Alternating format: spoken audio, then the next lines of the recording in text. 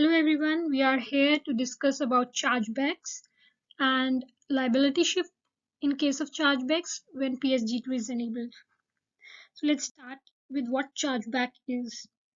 Chargeback is the process when a cardholder requests for a refund for an amount which has been placed on their credit card and that request has been made to the card issuing bank.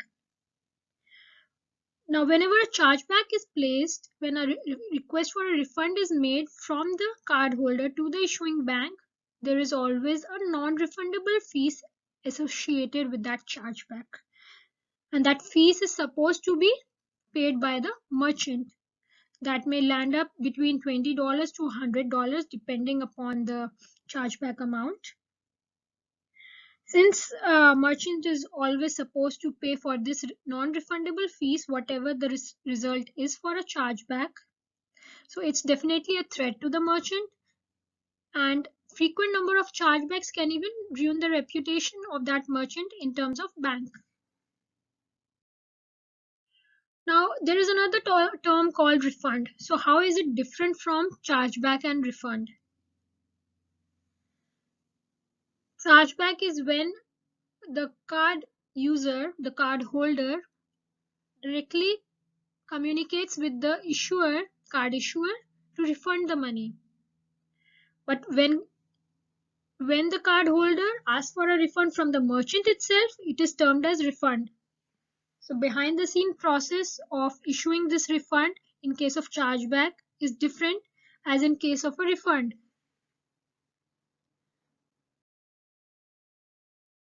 Consequences which merchant faces when a chargeback is placed is it's definitely detrimental for the business, since there is a non-refundable fees associated with every chargeback. This fees is deducted from the merchant's account. There can be a covering of a shipping and return payment which the merchant needs to cover. If a lot number of chargebacks are placed for a particular merchant, the card issuers can start monitoring those transactions, the merchants, and finally can place that merchant account on a freeze, can put that merchant account on a TMF, that is terminated merchant file match list, and can even blacklist that merchant for 5 years. That could stop their business.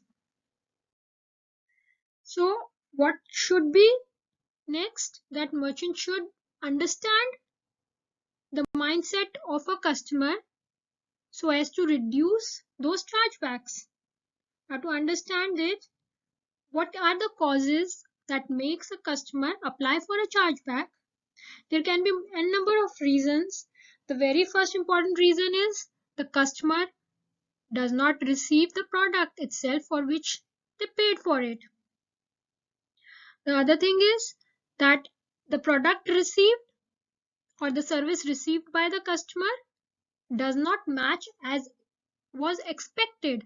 Maybe the description of the product on the website or the service while selling the service was different. It did not look, the appearance was different. The image put on the website was kind of too much Photoshop, that it did not appear as in reality. There can be any reason. Mismatch of the color of the object, whatever it is, that can lead to a refund for the object. Now the other thing is the product received by the customer may get damaged during shipping and the customer may ask for a refund. If there is a discrepancy in the billing and a duplicate billing is done, customer may say that I received one product but I was billed twice, so I need a refund. That's a valid reason. If the customer has placed for a monthly subscription and they try to cancel it, the cancellation did not take place due to some technical reasons and the customer got charged even though they canceled the subscription. So they may ask for a chargeback. If there is any fraudulent activity and fraud charge placed on the customer's card. It can be a friendly fraud or it can be a real fraud. So how these two frauds are different? Friendly fraud is like when customer says, yes, I placed the order, but now because of so and so reasons, I want to return it. So I accept that it was placed by me, but I want a refund. So it's a friendly fraud. But for an actual fraud, when the customer says that I never placed that order, I don't know why my card has been charged. Who placed that order? I really don't know. So it's called as real fraud.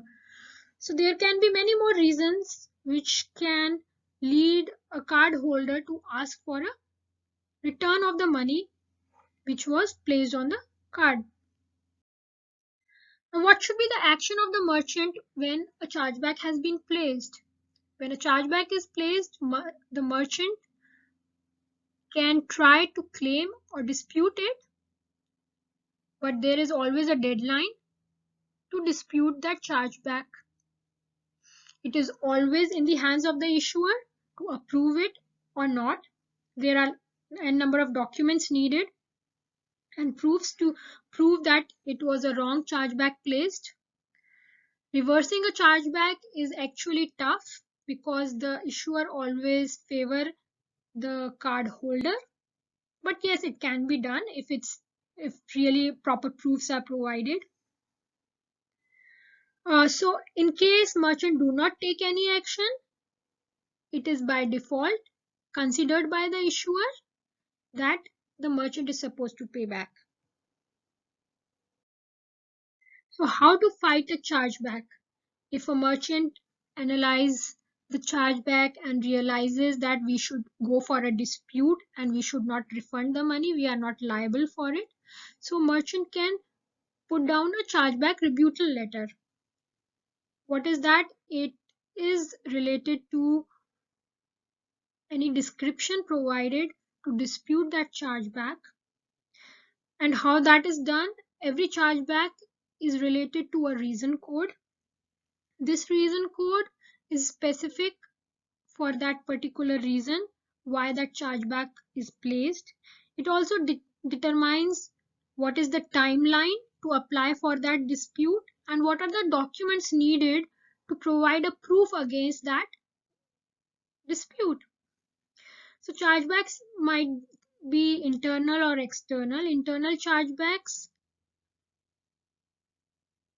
are to be handled by the merchant, while the external ones are not supposed to be taken care. So merchant should be very much aware whether the merchant is supposed to reply to that chargeback or not.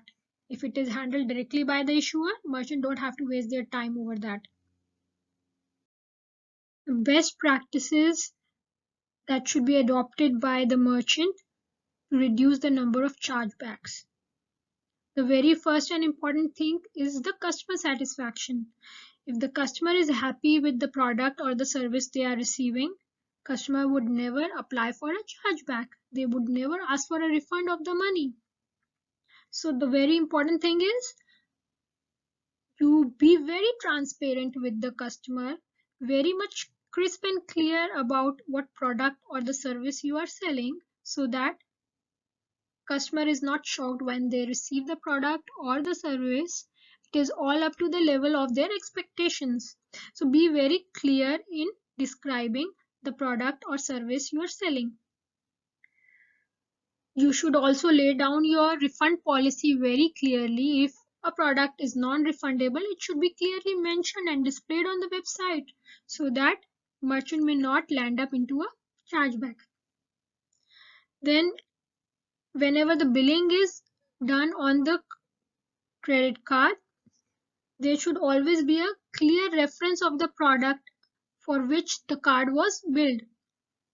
And it is very important for the merchant to keep a record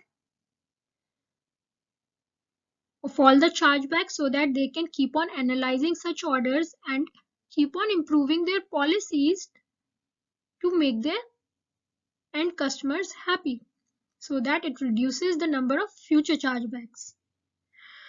Then another very important thing is the customer service of the merchant.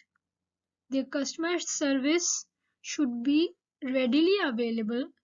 That information, the phone number, the email of the customer service should be clearly and readily available to the card holder, so that in case of any issue while placing an order or any issue while receiving the product, the customer whenever has some issue should directly get back to the merchant rather than taking the other route of going for a chargeback and contacting the issuing bank. There are many reasons when the customer is not able to contact the merchant customer care and they'll end up contacting the issuing bank for a refund, indirectly going for a chargeback rather than going for a refund. So if the customer service is readily available, that information is known to the user, they will not go to the other route of going to the issuing bank. They would first contact the merchant for a return of the money, and that would be leading to a refund rather than going for a chargeback.